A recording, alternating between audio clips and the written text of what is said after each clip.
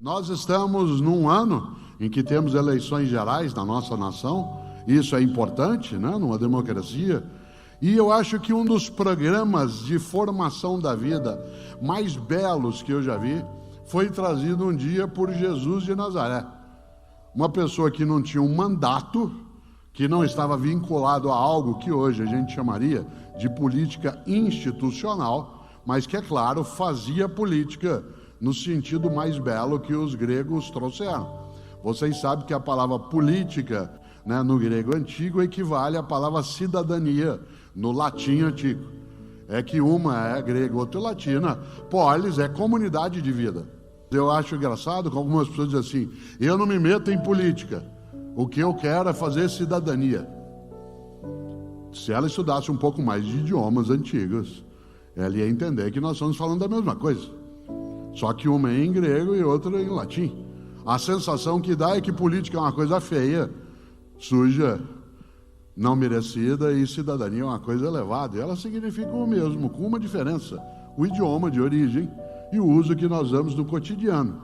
Mas quando Jesus de Nazaré, ele interfere na vida da comunidade, ora, Jesus de Nazaré, utilizando o termo histórico, foi capaz de algumas mensagens para implantar a perspectiva de a vida devia ser melhor, e será.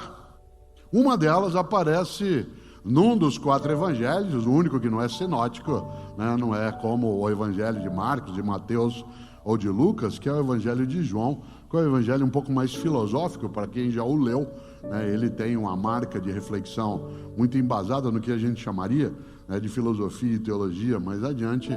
E no evangelho de João há ali algo, repito, tanto faz se você tem religião ou não, porque isso é uma escolha tua, mas que algumas mensagens, elas são fundas, vindas de vários lugares, e uma é essa que eu vou dizer: Jesus de Nazaré.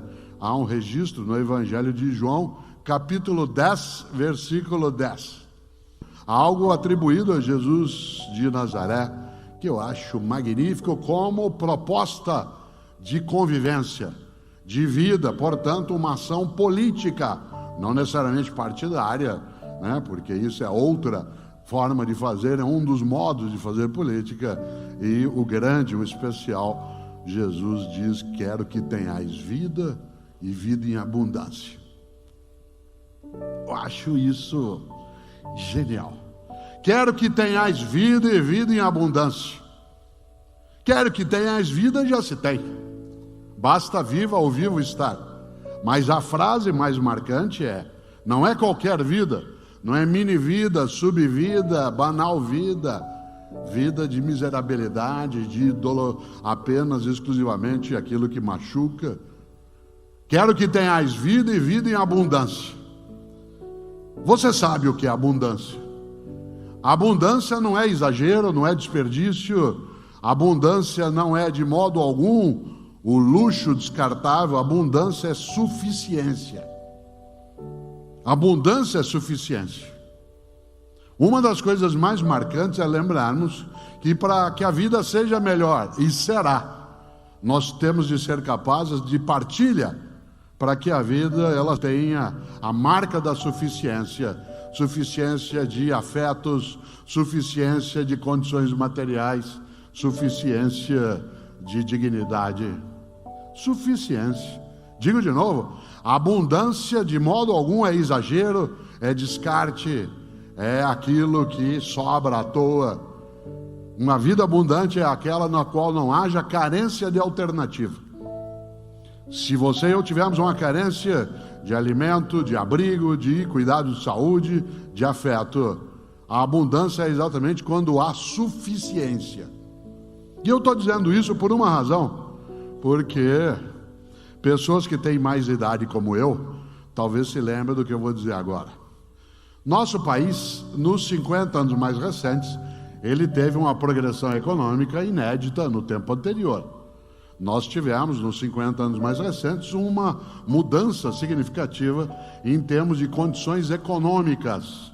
Claro que estamos vivenciando um momento muito difícil, em que há, sim, né, uma carência forte, uma miserabilidade em várias circunstâncias, que é movida por variáveis, né, de natureza diversa, mas que tem sim um momento que é complicado. Ainda assim, nós ainda guardamos o fato de sermos uma das 15 maiores economias do planeta. Mas eu quero lembrar que há meio século a gente estava começando, né, esse tipo de escalada. Quando eu era menino em Londrina, por exemplo, a gente não tinha tanto dinheiro circulando e nem tantas condições. Mesmo eu sendo filho de bancário com professora, raramente se ia comer fora. Quando a gente ia receber presente, por exemplo, a gente recebia presente 2 vezes ao ano. No aniversário da gente e no aniversário de Jesus. O que levou muita gente a ter um afeto imenso por Jesus. Você ganhava presente no teu aniversário. Eu que nasci no dia 5 de março, eu ganhava um presente em março e eu tinha que cuidar direitinho dele, porque outro só em dezembro. Então, se quebrasse o caminhãozinho, eu tinha que arrumar a rodinha, eu tinha que acertar.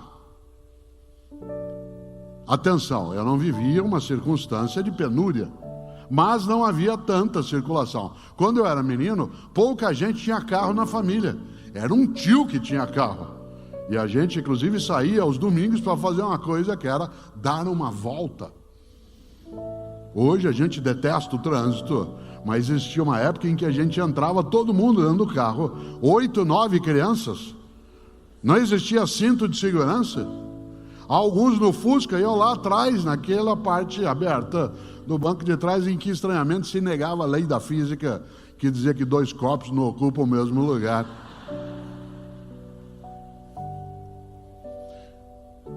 A gente não tinha tanta fartura.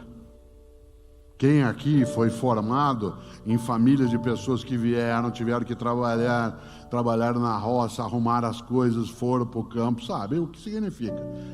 Hoje, mesmo pessoas com uma condição econômica menor são capazes de ter mais bens, menos do que precisariam, mas mais do que já se teve. Por exemplo, vários de nós, quando crianças, repito, não era uma família que não tivesse recursos, a gente tinha um sapato ou 2, tinha uma calça ou 2.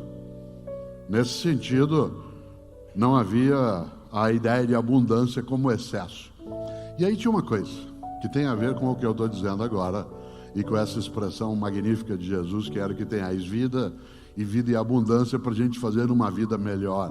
Faça o teu melhor, uma vida que não seja medíocre. Por exemplo, a gente quando ia comer fora, não era uma coisa óbvia comer fora. Comer fora de casa, a gente ia 1, 2 vezes no ano. E era um momento especial em que se fazia isso. Aliás, o lugar onde eu ia em Londrina com a família, eu tenho memória disso até hoje, quando eu tinha 6, 7 anos de idade, era uma churrascaria, a primeira de Londrina, chamada, olha que nome criativo, Churrascaria Gaúcha. Churrascaria Gaúcha. A primeira vez que eu vi espeto corrido foi em Maringá, num posto de gasolina que existe até hoje, chamado Fim da Picada. E era o fim da picada, no sentido literal do termo, a cidade acabava ali, a picada terminava ali.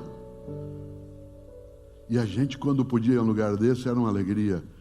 Durante o ano inteiro, onde que a gente almoçava no final de semana, para descansar um pouco, a família inteira, na casa dos outros. Ou vinham na nossa casa, mas com uma coisa maravilhosa. Não dava para quem recebia bancar toda a comida, porque nós éramos 10, 12, 15 pessoas, 20. E a gente alternava as casas no final de semana, casa de tia, de parente, de amigo. E aí tinha um milagre que é especial. Como não dava para quem recebia bancar tudo, cada família levava alguma coisa. Cada um levava uma coisa. A família levava uma lasanha, outro levava um frango, outro levava um lombo, a outra família levava uma macarronada, outra uma maionese de batata. E aí servia para todo mundo. E agora vê o milagre. Cada uma levava uma coisa, e na hora de ir embora, todo mundo levava mais do que tinha trazido. Cada um levava uma coisa, e na hora de ir embora, todo mundo levava mais do que tinha trazido. Cada um de nós levava um pouco, e quando ia embora, levava mais do que tinha trazido. Porque cada um de nós, cada família levava para casa uma matula, um farnel, uma marmita. Tinha um milagre aí. O que há por trás disso é uma coisa chamada partilha. Por que é que sobrava? Porque como todo mundo tem alguma coisa, e quando a gente junta é suficiente, ainda sobra. Aliás, os cristãos contam uma coisa maravilhosa. Um milagre feito por Jesus de Nazaré, que é o de multiplicação de pães e peixes. Em alguns dos relatos, vocês se lembram, os discípulos chamam Jesus num canto e dizem, tem 10 mil pessoas aí.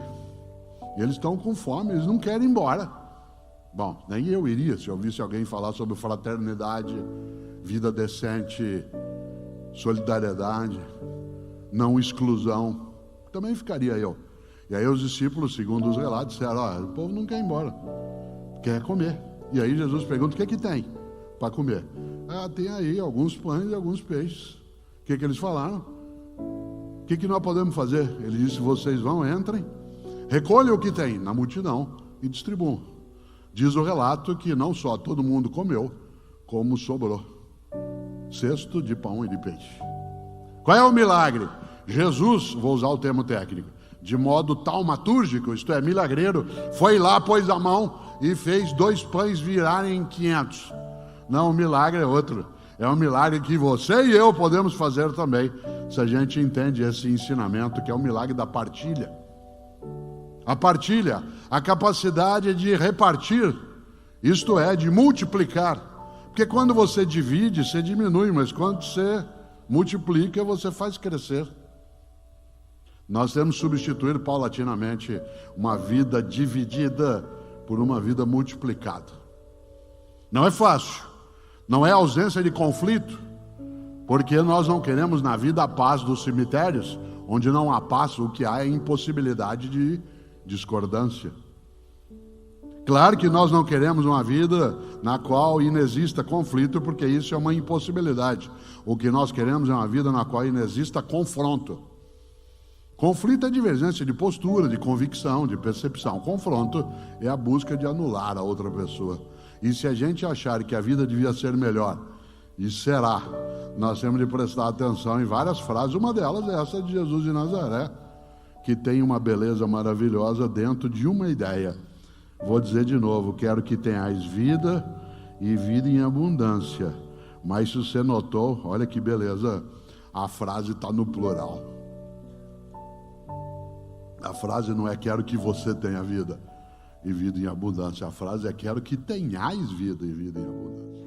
A única saída para que a gente persista, vá buscar e, acima de tudo, não perca a vitalidade que a esperança carrega, é lembrar da frase estupenda de um filósofo norte-americano do início do século XIX, um homem chamado Ralph Waldo Emerson. Ele tem uma expressão que é fortíssima. Ele dizia, torna-te necessário a alguém. Torna-te necessária a alguém. A única maneira de você e eu não sentirmos nossa vida perder tempo, esvair-se, ser inútil, banal ou autocentrada de modo exclusivo é tornar-se necessária, tornar-se necessário a alguém.